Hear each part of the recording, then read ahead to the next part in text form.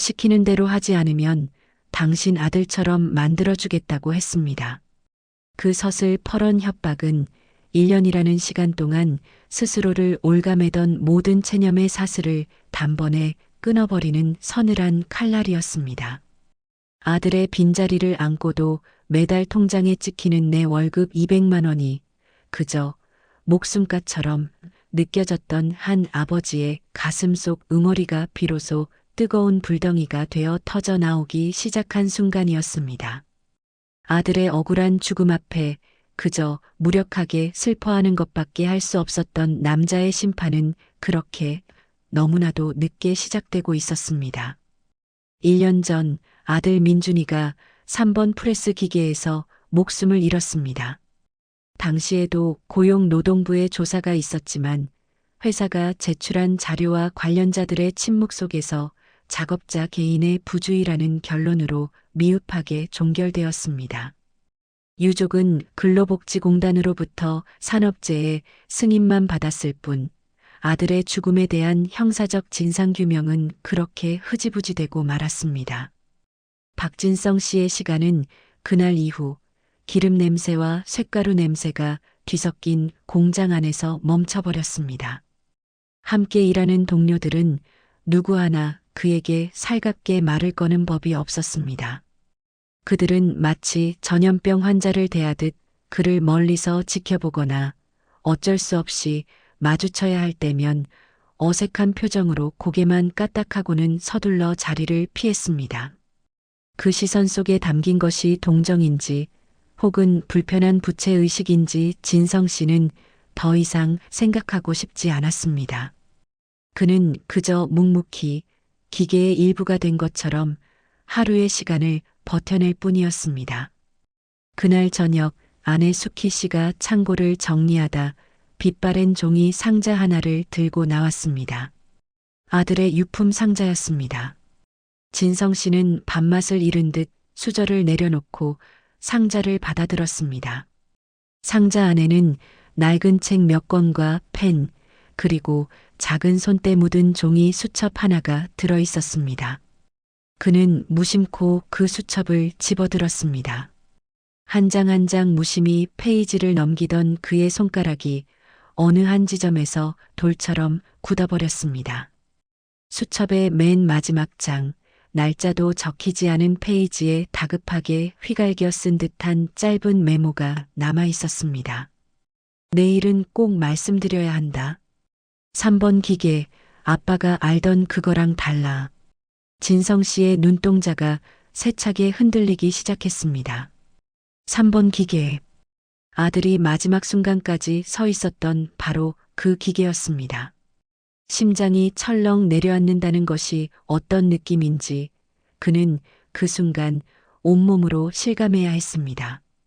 그 짧은 한 문장이 지난 1년간 억지로 잠재워 두었던 그의 모든 의심과 슬픔을 거대한 파도처럼 다시 일으켜 세우고 있었습니다. 다음 날 그는 평소보다 1시간 일찍 공장에 나섰습니다. 그는 작업장으로 향하는 대신 굉음이 울려 퍼지는 3번 프레스 기계 앞에 한참을 서 있었습니다.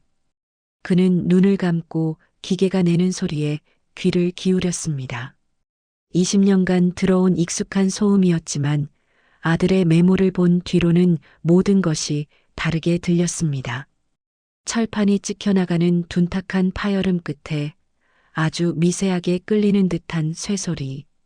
이전에는 단 한 번도 의식하지 못했던 불협화음이었습니다. 그는 곧장 2층에 있는 설비관리 사무실로 향했습니다. 3번 프레스 기계의 최근 1년간 정비 이력을 좀 보고 싶습니다. 공식적으로 열람 요청서를 제출하겠습니다.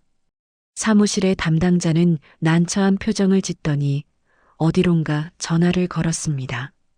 잠시 후 김영철 공장장이 사무실로 들어왔습니다. 박 반장, 진정하시죠. 김 공장장의 목소리는 차가웠습니다. 정비 이력은 담당 부서 결재 없이는 열람이 어렵습니다. 공식 공문으로 요청하시면 규정에 따라 검토하겠습니다. 그것은 사실상의 거절이었습니다. 끝없는 시간 끌기와 핑퐁 속에 모든 것을 포기하게 만들겠다는 의도가 명백했습니다. 진성 씨는 더 이상 아무 말도 할 수 없었습니다. 그는 굳은 표정으로 사무실을 나섰습니다. 싸늘한 복도를 걸어 나오며 그는 깨달았습니다. 회사는 처음부터 무언가를 철저히 숨기고 있다는 것을. 터덜터덜 작업장으로 발걸음을 옮기던 그의 등 뒤로 누군가 나지막이 속삭이는 목소리가 들려왔습니다. 아저씨. 진성 씨가 천천히 고개를 돌렸습니다. 그곳에는 민준이와 입사 동기였던 젊은 청년, 재혁이 서 있었습니다. 재혁은 주변의 눈치를 살피며 불안한 표정으로 입을 열었습니다. 오늘 저녁 6시에 공장 뒤편, 지금은 다니지 않는 버스 정류장에서요. 퇴근 벨이 울리고 진성 씨는 약속 장소로 향했습니다. 낡은 버스 정류장에 홀로 앉아 재혁을 기다렸습니다. 약속 시간보다 10분쯤 지났을까 저만치에서 재혁이 주위를 살피며 다가왔습니다. 아저씨, 오래 기다리셨어요? 아니다. 와줘서 고맙다, 재혁아. 진성 씨의 말에 재혁은 고개를 숙였습니다. 그의 어린 얼굴에는 죄책감과 두려움이 뒤엉켜 있었습니다. 민준이 형이 사고 며칠 전 라이트 커튼이 자꾸 오류난다고 작업 영상을 찍어서 제게 보냈어요. 혹시 모르니 가지고만 있어 달라고 형 사고 이후에 무서워서 누구에게도 말을 못했습니다. 재혁은 떨리는 손으로 작은 USB 하나를 건넸습니다.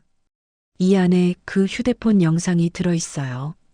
그리고 제가 듣기로는 야간에 이철수 기장님이 검증도 안 된 저가 비규격 부품으로 센서를 바꿨다고 가끔은 커넥터에 점퍼 와이어를 꽂아서 신호를 그냥 통과시키기도 했다고 들었어요.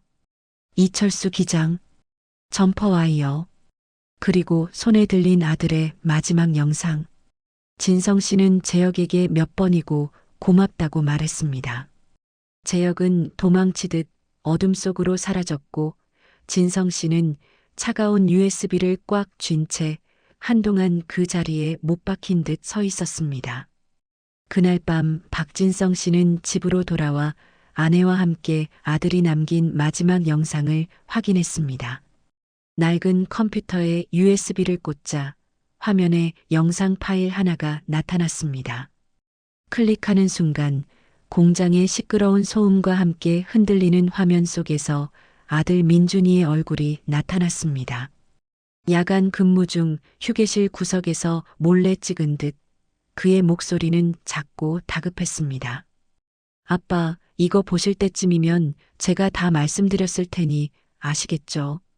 3번 기계 센서, 아무래도 이상해요. 화면이 전환되며 민준이의 손이 3번 프레스 기계의 라이트 커튼 앞을 가로지르는 장면이 보였습니다. 하지만 기계의 작동 준비를 알리는 초록색 램프는 꺼지지 않았습니다. 보셨죠? 빔을 가려도 인식을 못해요. 어쩔 땐 되고 어쩔 땐 안 돼요. 이철수 기장님께 몇 번이나 말씀드렸는데 괜찮다고만 하시고 이건 정말 아닌 것 같아요. 내일 아침에 정식으로 문제 제기할 겁니다. 영상은 거기서 끝났습니다. 아들의 얼굴, 그의 목소리, 그의 정의감. 모든 것이 생생하게 살아있는 그 영상은 부모의 가슴을 칼로 저미는 듯 했습니다. 아내 숙혜 씨는 소리 없이 오열했고 진성 씨는 그런 아내의 어깨를 말없이 감싸 안았습니다. 그의 눈에서는 분노보다 더 뜨거운 것이 흘러내리고 있었습니다. 이제 슬퍼하고만 있을 수는 없었습니다. 아들이 목숨을 걸고 남긴 이 증거를 가지고 그는 진실을 향한 첫걸음을 떼어야만 했습니다.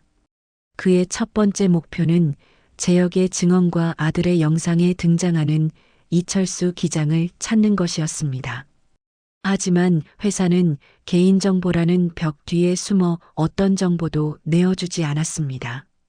그는 방향을 틀었습니다. 지푸라기라도 잡는 심정으로 오래전에 퇴직했던 옛 동료들을 수소문했고 마침내 공장 근처에서 작은 전파상을 운영하던 박 노인에게서 결정적인 단서를 얻을 수 있었습니다. 이철수? 알다마다. 그 양반 아주 지독한 낚시광이었지. 주말마다 충청도 쪽 저수지로 간다고 입버릇처럼 말하고 다녔어. 낚시광과 충청도. 두 개의 단서를 쥔 진성 씨는 그날 이후 퇴근하면 곧장 동네 PC방으로 향했습니다. 키보드를 두드리는 그의 손은 서툴렀습니다. 옆자리의 젊은이는 금세 새 창을 띄우는 단축키를 사용했지만 그는 매번 마우스로 천천히 클릭해야 했습니다. 그는 수많은 낚시 동호회 사이트를 뒤지며 충청도, 낚시가게, 오픈 같은 단어들을 조합해 검색을 이어갔습니다. 허탕을 치기를 반복하던 며칠째 되던 밤, 한 낚시 동호회 게시판에서 그의 눈을 사로잡는 게시글 하나가 발견되었습니다. 사장님 대박 나세요라는 제목의 글에는 한 달 전 충청도의 한 외딴 저수지 근처에 새로 문을 연 낚시가게 사진이 올라와 있었습니다. 진성 씨는 즉시 카카오맵을 켜고 사진 속 가게의 상호인 월척 낚시를 검색했습니다. 지도 위에 가게의 위치와 함께 업체 정보가 나타났습니다. 그리고 그곳 사업자 정보란에 또렷하게 적힌 세 글자가 있었습니다. 대표자 이철수. 진성 씨는 모니터 화면을 뚫어지라 쳐다보았습니다. 그의 눈동자는 차가운 분노로 이글거리고 있었습니다. 그는 주소와 약도가 나온 페이지를 인쇄한 뒤 새벽의 어둠을 뚫고 자신의 낡은 승용차에 몸을 실었습니다. 조수석에는 인쇄된 지도가 놓여 있었습니다. 길고 외로운 추적의 끝이 마침내 보이기 시작했습니다. 박진성 씨의 낡은 승용차는 새벽의 어둠을 뚫고 충청도의 한 외딴 저수지에 도착했습니다. 지도에 표시된 주소에는 금방이라도 쓰러질 듯한 낡은 조립식 건물이 나타났습니다. 건물 유리창에는 월척 낚시라는 햇볕에 색이 바랜 시트지가 위태롭게 붙어 있었습니다. 진성 씨는 마른 침을 삼키고 차에서 내렸습니다. 가게 문을 열자 딸랑하는 건조한 종소리가 울렸습니다. 가게 내부는 먼지와 술 냄새로 가득했고 카운터 안쪽에서는 한 남자가 컵라면에 소주를 마시고 있었습니다. 덥수룩한 수염, 퀭한 눈. 삶의 의욕이라고는 찾아볼 수 없는 지친 얼굴의 그가 바로 이철수였습니다. 진성 씨는 아무 말 없이 그를 빤히 바라보았습니다. 누구신데 사람을 그렇게 쳐다봅니까? 진성 씨는 천천히 하지만 단호하게 입을 열었습니다. 그의 목소리는 얼음장처럼 차갑게 가라앉아 있었습니다. 성진 기계 3번 프레스. 그리고 내 아들 박민준. 박민준이라는 이름이 나오는 순간 이철수의 얼굴이 새하얗게 질렸습니다. 들고 있던 소주잔이 그의 손에서 미끄러져 바닥에 떨어졌습니다. 쨍그랑하는 날카로운 소리와 함께 그의 동공이 공포로 세차게 흔들렸습니다. 진성 씨는 말없이 자신의 휴대전화를 꺼내 아들이 남긴 마지막 영상을 재생해 그의 앞에 내려놓았습니다. 화면 속에서 아들의 목소리가 흘러나오자 이철수는 괴로운 듯 두 손으로 귀를 막았습니다. 영상이 끝나고 그는 무너져 내리듯 그 자리에 주저앉았습니다. 저 시키는 대로 했을 뿐입니다. 정말입니다. 마침내 그의 입에서 절규와도 같은 변명이 터져나왔습니다. 그는 집안 사정으로 돈이 급했고 김영철 공장장이 그 약점을 파고들어 두둑한 퇴직금을 조건으로 부품 교체와 기록 조작을 지시했다고 털어놓았습니다. 그의 모습은 악인이라기보다 돈 몇 푼의 양심을 팔아버린 나약한 한 인간의 비참한 말로였습니다. 그럼 증명하십시오. 김영철 공장장이 시켰다는 걸 증명하란 말입니다. 한참을 울며 용서를 빌던 이철수는 무언가 결심한 듯 비틀거리며 자리에서 일어났습니다. 그는 카운터 및 서랍에서 먼지 쌓인 구형 휴대전화를 꺼내 전원을 켰습니다. 그리고는 진성 씨에게 화면을 보여주었습니다. 그곳에는 1년 전 그날 김영철 공장장과 나눴던 문자 메시지가 그대로 남아 있었습니다. 이 기장, 오늘 야간에 교체건 마무리해. 서류는 내가 맞춰놓을 테니. 공장장님, 그래도 이건 너무 위험. 시키는 대로 해. 딴 생각 말고. 그것은 빼도 박도 못할 지시의 증거였습니다. 이철수는 가게 구석의 낡은 공구함에서 기름때 묻은 천에 쌓인 무언가도 꺼내왔습니다. 이거 원래 달려있던 독일제 센서입니다. 폐기하라고 했는데 양심에 찔려서 차마 버릴 수가 없었습니다. 진성 씨는 자신의 휴대전화로 문자 메시지 화면을 여러 각도에서 촬영하고 센서의 모델명과 시리얼 번호가 잘 보이도록 사진을 찍었습니다. 그리고 2개의 증거물을 가방에 챙겼습니다. 이철수는 아무런 저항도 하지 못하고 그저 넋나간 사람처럼 그 모습을 지켜볼 뿐이었습니다. 그날 저녁 집으로 돌아오는 길은 길고 무거웠습니다. 진성 씨의 머릿속은 그 어느 때보다 차갑게 움직였습니다. 증거는 손에 넣었다. 하지만 이걸 들고 공장으로 곧장 쳐들어가는 것은 어리석은 짓이었다. 김영철은 또다시 날조와 거짓말 프레임으로 자신을 몰아세울 것이고 회사는 거대한 조직의 힘으로 모든 증거를 무력화시키려 할 것이 분명했다. 그들은 전문가이고 자신은 아마추어였다. 혼자서는 이길 수 없는 싸움이었다. 집에 도착한 그는 밤늦도록 인터넷을 뒤졌습니다.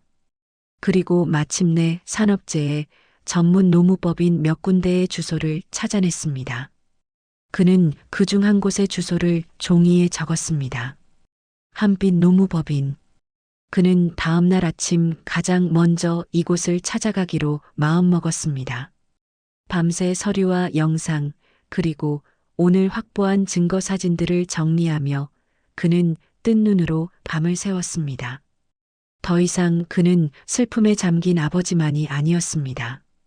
그는 법과 규정이라는 무기를 들고 거대한 조직의 심장을 겨눌 준비를 하는 한 명의 싸우는 사람이었습니다. 다음 날 아침 해가 뜨자마자 박진성 씨는 집을 나섰습니다. 밤새 정리한 증거 자료가 담긴 가방은 묵직했습니다. 그는 어젯밤 찾아두었던 한빛 노무법인의 문을 열었습니다. 그를 맞이한 것은 이수연이라는 이름의 젊은 여성 노무사였습니다. 그녀는 진성 씨가 꺼내놓는 증거들을 하나하나 꼼꼼히 살피는 동안 어떠한 감정적인 동요도 없이 날카로운 눈빛을 유지했습니다. 진성 씨의 이야기가 모두 끝나자 이 노무사가 입을 열었습니다. 선생님, 지금까지 정말 외롭게 싸워오셨습니다. 하지만 이제부터는 싸움의 방식을 바꿔야 합니다. 그녀는 명료하고 힘있는 목소리로 계획을 설명했습니다. 먼저 이철수 씨의 자필 진술서에 인감증명서를 첨부하여 사서증서 인증공증을 받을 것. 둘째, 확보된 모든 증거 마이너스 공증된 진술서, 센서 실물, 문자 메시지 사진, 아드님의 휴대폰 작업 현장 영상 마이너스를 첨부하여 고용노동부에 중대재해 재조사 요구 및 특별근로감독을 요청하는 진정서를 제출할 것. 우리의 목표는 단 하나입니다. 3번 프레스에 대한 작업 중지 명령을 받아내는 겁니다. 명령이 떨어지는 순간 그 설비는 즉시 사용이 중지되고 봉인됩니다. 이후 필요한 경우 영장 등 절차에 따라 압수보전이 이뤄집니다. 진성 씨는 처음으로 어둠 속에서 한 줄기 빛을 보는 듯 했습니다. 그것은 막연한 희망이 아닌 뚜렷한 이정표가 있는 길이었습니다. 이 노무사는 즉시 움직였습니다. 다음 날 그녀는 대리인 자격으로 이철수를 찾아가 설득했고 모든 법적 보호를 약속한 끝에 그의 상세한 자백이 담긴 자필 진술서와 공증을 확보하는 데 성공했습니다. 이제 진실을 향한 모든 무기는 준비되었습니다. 한편 공장에서는 김영철 공장장이 이철수로부터 온 부재중 전화 수십 통을 확인하고 나서야 무언가 잘못 돌아가고 있음을 직감했습니다. 그는 즉시 법무팀에 보고했고 회사는 예상보다 훨씬 더 빠르고 교활하게 움직였습니다. 그날 오후 진성 씨는 집에서 등기우편 하나를 받았습니다. 회사에서 온 유급 대기 발령 통지서였습니다. 통지서에는 최근 회사 내에서 불필요한 갈등을 조장하고 동료들에게 불안감을 조성하였기에 별도의 징계위원회가 소집될 때까지 자택에서 대기할 것을 명하는 내용이 적혀 있었습니다. 조사 기간 동안 공장 출입과 업무상 접촉을 제한한다는 내용이었습니다. 사실상의 완벽한 고립 조치였습니다. 그리고 그날 밤이었습니다. 아내 수키 씨의 휴대전화가 날카롭게 울렸습니다. 발신자 표시 제한 번호였습니다. 망설이다 전화를 받은 아내의 얼굴이 삽시간에 새하얗게 질렸습니다. 수화기 너머에서는 변조된 기계음이 흘러나왔습니다. 남편 단속 똑바로 안 하면 아들처럼 길바닥에서 뒹굴게 될 줄 알아. 툭 하는 소리와 함께 전화는 끊겼습니다. 수키 씨의 손에서 휴대전화가 바닥으로 떨어졌습니다. 그녀는 공포에 질려 아무 말도 하지 못하고 남편을 부둥켜 안고 떨기만 했습니다. 진성 씨는 분노로 떨리는 아내를 진정시킨 뒤 곧장 112에 신고해 통화 기록과 협박 내용 전체를 제출했습니다. 경찰은 협박 혐의로 사건을 접수하고 발신 경로와 기기 식별을 포함한 추적을 시작했습니다. 이전처럼 당하고만 있지는 않을 것이었습니다. 회사의 공격은 거기서 그치지 않았습니다. 다음 날 아침 진성 씨의 휴대전화로 동료 한 명에게서 메시지가 도착했습니다. 사내 전산망 공지를 캡처한 사진이었습니다. 법무팀 명의로 올라온 공지는 박민중 군 사고 관련 유감 표명 및 향후 대응 안내라는 제목을 달고 있었습니다. 공지에는 고인과 유족의 슬픔에 깊이 공감하나 최근 확인되지 않은 사실을 기반으로 한 일부 주장에 대해서는 객관적인 조사가 필요하다고 판단됨. 관련 영상 자료에 대해서는 외부 전문기관에 포렌식을 의뢰할 예정이며 조사 결과가 나올 때까지 모든 임직원은 불필요한 언행을 삼가주시길 바랍니다. 라는 교묘한 문장이 적혀 있었습니다. 그것은 영상 조작이라는 단어를 단 한 번도 쓰지 않고 진성 씨를 거짓말쟁이로 아들의 마지막 영상을 조작된 증거물로 암시하는 완벽한 역공이었습니다. 대기 발령 통지서와 협박 전화 그리고 동료들로부터 자신을 완벽하게 고립시키는 여론전까지 진성 씨는 깨달았습니다. 이것은 회사가 보내는 마지막 경고였습니다. 여기서 멈추지 않으면 모든 것을 잃게 될 것이라는. 그는 이수연 노무사가 만들어준 모든 증거가 담긴 진정서 파일을 말없이 내려다보았습니다. 이제는 정말 돌아갈 다리가 끊어졌습니다. 다음 날 아침 박진성 씨는 아내와 함께 시내의 고용노동부 청사 앞에 섰습니다. 그의 곁에는 한빛 노무법인의 이수연 노무사가 함께였습니다. 그들은 민원실 창구에 두툼한 서류 봉투 하나를 제출했습니다. 그 안에는 아들의 휴대폰 영상, 이철수의 공증된 진술서, 김영철 공장장의 지시 문자, 그리고 불법으로 개조된 안전센서의 사진과 실물까지 지난 1년간의 모든 진실이 담겨 있었습니다. 진정서는 곧장 지방고용노동청 산업안전과중대제에 전담팀로 넘어갔습니다. 노련한 근로감독관이 서류를 검토하기 시작했습니다. 처음에는 무심한 듯 서류를 넘기던 그의 눈빛은 이철수의 공증된 진술서와 김영철 공장장의 문자 메시지 증거를 확인하는 순간부터 날카롭게 변했습니다. 그는 진성 씨와 이 노무사를 회의실로 불러 추가적인 정황을 들었고 마지막으로 아들 민준이가 남긴 휴대폰 영상을 직접 확인했습니다.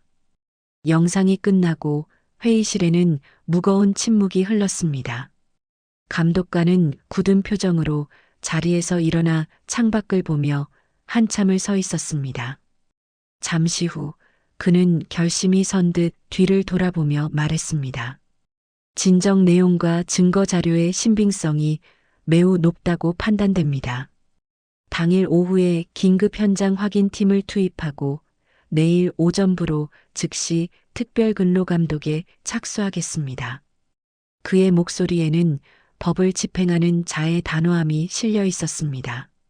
다음 날 오전 성진 기계공장은 평소와 다름없이 바쁘게 돌아가고 있었습니다. 자신의 사무실에서 여유롭게 커피를 마시던 김영철 공장장은 박진성이라는 존재를 이제 거의 잊은 듯 보였습니다.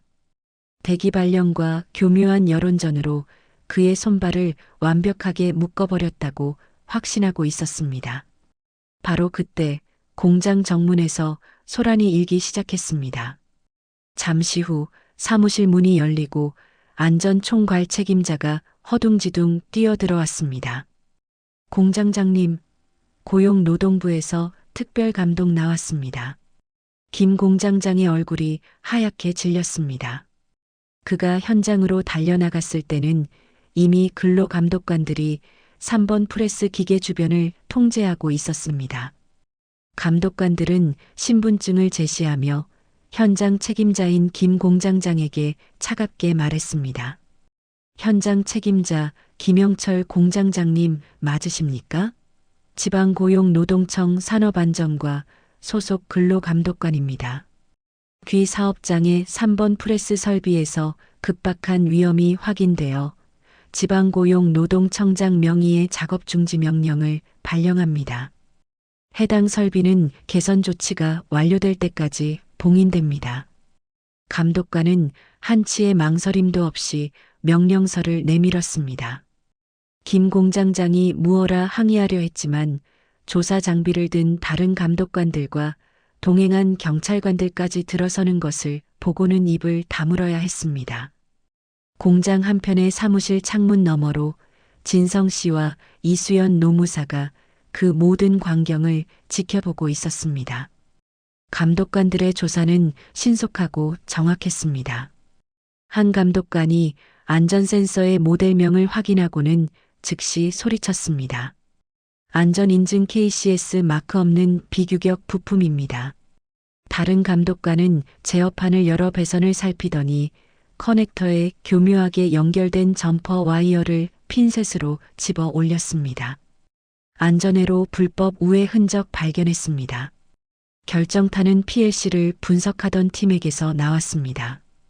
감독관은 즉시 자료 제출 명령을 내렸고 경찰과 함께 제어반의 로그 데이터를 포렌식 장비로 복제하여 보존했습니다. 장기간 누적된 안전센서 관련 에러 로그가 관리자 권한으로 반복 리셋된 흔적이 다수 발견됐습니다. 모든 증거는 기계 스스로가 토해내고 있었습니다. 김영철 공장장은 더 이상 아무런 변명도 하지 못한 채 그 자리에 망연자실하게 서 있었습니다. 그의 이마에서는 식은땀이 비 오듯 흘러내렸습니다. 감독관은 출력된 PLC 로그 기록지를 들고 그에게 다가왔습니다. 김영철 씨, 산업안전보건법 위반 혐의로 정식 조사를 시작하겠습니다. 조사 출석 요구서를 교부합니다. 현장에 동행한 경찰관이 임의 동행을 요청드릴 겁니다. 김 공장장은 감독관을 보지 않았습니다. 그의 시선은 저 멀리 자신을 차갑게 지켜보고 있는 박진성 씨에게로 향했습니다. 진성 씨의 눈에는 승리감이나 기쁨 같은 감정은 없었습니다. 오직 길고 길었던 싸움을 끝낸 자애 깊고 허무한 공허함만이 가득할 뿐이었습니다. 고용노동부의 특별근로감독은 회사를 뿌리부터 뒤흔들었습니다. 박진성 씨가 제출한 증거들은 스모킹 건이 되었고 압수된 PLC 로그와 정비 기록에서는 수많은 조작과 은폐의 흔적이 추가로 발견되었습니다. 김영철 공장장 등 현장 관리 책임자들은 산업안전보건법 위반 혐의로, 대표이사 등 경영 책임자급은 중대재해처벌법 위반 혐의로 각각 수사선상에 올랐습니다. 회사는 막대한 과징금과 함께 개선 명령이 이행될 때까지 작업 중지 처분을 받았고, 대한민국 산업 현장의 고질적인 안전 불감증과 산재 은폐 시도의 대표적인 사례로 언론에 대대적으로 보도되었습니다. 아들 박민준 군의 죽음은 1년 만에 개인의 부주의라는 억울한 누명을 벗고 명백한 회사의 책임에 의한 산업재해로 공식 정정되었습니다. 모든 조사가 끝나고 며칠 뒤 박진성 씨는 자신의 개인 짐을 정리하기 위해 마지막으로 공장을 찾았습니다. 3번 프레스 기계는 작업 중지라고 적힌 노란색 테이프와 고용노동부의 봉인 스티커로 봉인된 채 멈춰 서 있었고, 공장 전체는 유령의 공간처럼 무겁고 스산한 침묵에 잠겨 있었습니다. 그는 더 이상 자신의 일터가 아닌 곳을 천천히 가로질러 아들이 마지막으로 서 있던 작업 공간 앞에 멈춰 섰습니다. 그곳에는 누군가 가져다 놓은 듯한 새하얀 코팅 장갑 한 켤레가 먼지 하나 없이 깨끗하게 놓여 있었습니다.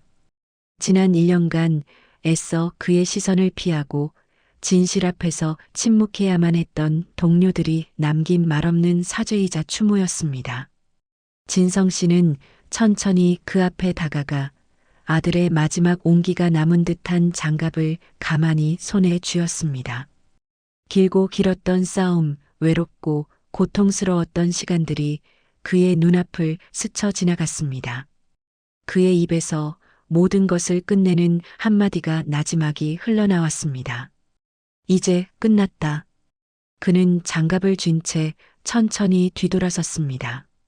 그리고 다시는 돌아보지 않고 멈춰버린 기계들과 침묵에 잠긴 공장을 뒤로 한 채 밖으로 걸어나갔습니다. 그의 등 뒤로 텅 빈 작업 공간 위에 붙은 노란색 봉인 테이프만이 조용히 바람에 흔들리고 있었습니다.